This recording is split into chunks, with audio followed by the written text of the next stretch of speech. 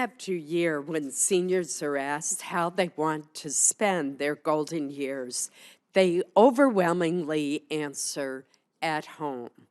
Today's hearings will focus on how we can better help our seniors achieve that goal. I saw firsthand the importance of home care in my very first home visit during my second year of Senate service. In my hometown of Aroostook County, I saw how home health care allowed an older couple in their 80s to spend the rest of their lives together in the comfort, security, and privacy of their own home. They were worried that otherwise they would be separated and one of them living in a nursing home. And I remember their telling me that all they wanted was to spend the rest of their lives together in their own home. Highly skilled and caring visiting nurses make such a difference in the lives of patients and families like this couple. In Maine, home health workers often go to extraordinary lengths for their rural patients, sometimes relying on lobster boats and mail planes to reach them. Home health care not only helps seniors live in the comfort of their own homes, but it also saves money. According to research from the University of Rochester, older adults who receive 1 to 2 hours of in-home physical therapy, for example, are up to 82% less likely to face hospital readmissions 60 days after discharge. Studies on post-acute care discharge patterns have shown that clinically appropriate deployment of home health care can yield potential savings of more than $32 billion over 10 years. In the face of workforce shortages and payment cuts, today's hearing will highlight challenges that are facing the home health community. For those in rural areas where more than 1 in 5 older adults live, home health can be a lifeline, and we must do more to meet growing needs. As we look to the future, the demand for home health services will only continue to grow as our population ages. According to the Bureau of Labor Statistics, the need for home-based aides is projected to grow by 97% over the next 10 years, making it the third fastest growing occupation. Yet while we recognize the value that home health can provide, many home health agencies are struggling in the current reimbursement and regulatory environment precisely at the moment when we need their services more than ever. I'm concerned about the implementation of the new patient-driven groupings model and the ability of rural agencies to absorb preemptive rate cuts of more than 4% based off assumptions that somehow agencies will try to maximize reimbursement. Agencies have weathered several years of reimbursement reductions through both regulatory changes as well as sequestration, and we cannot assume that they can continue to provide the same level of home health services at reduced rates.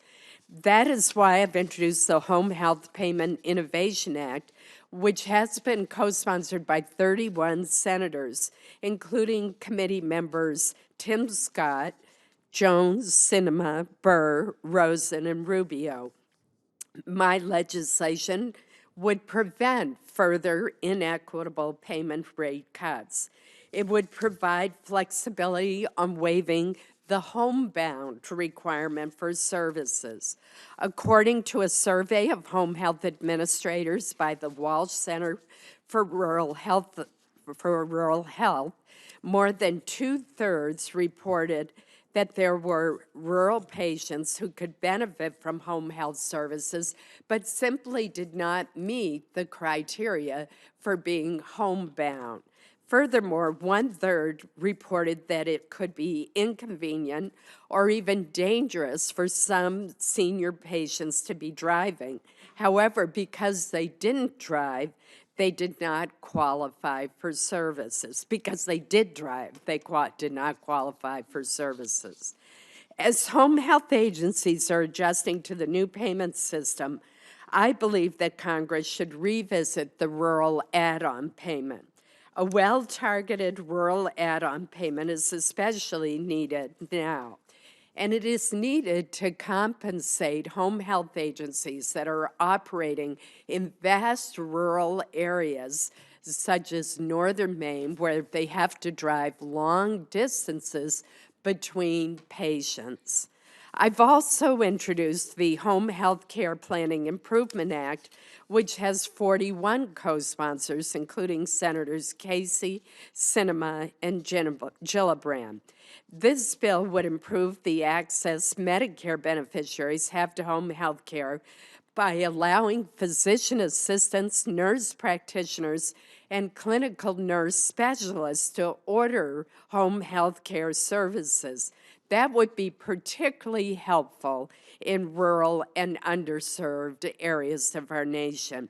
In many instances in rural areas, a patient's primary health provider may not be a physician.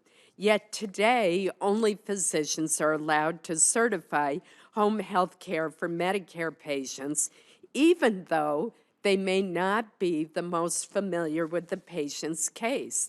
In fact, they may not be familiar at all with the patient or his or her condition. These requirements create obstacles, delays, and administrative burdens to receiving home health care services.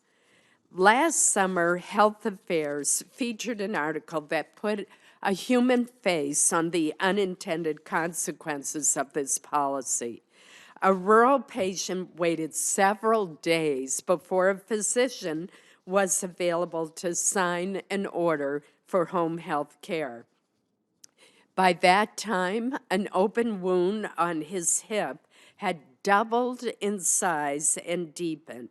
Instead of taking 2 to 3 weeks to heal, it took nearly 3 months. So this policy has real consequences for the health of our patients. By helping patients to avoid more costly hospital visits and nursing homes, home health saves Medicare, Medicaid, and private insurers millions of dollars each year and allows seniors to age in the comfort and security of their own homes. I have never understood why administration after administration targets home health care for reimbursement cuts. If there are bad apples in the industry, go after those agencies. Don't penalize everyone. That makes no sense whatsoever when home health care reflects the choice that the patient wants and is the most appropriate care and saves money.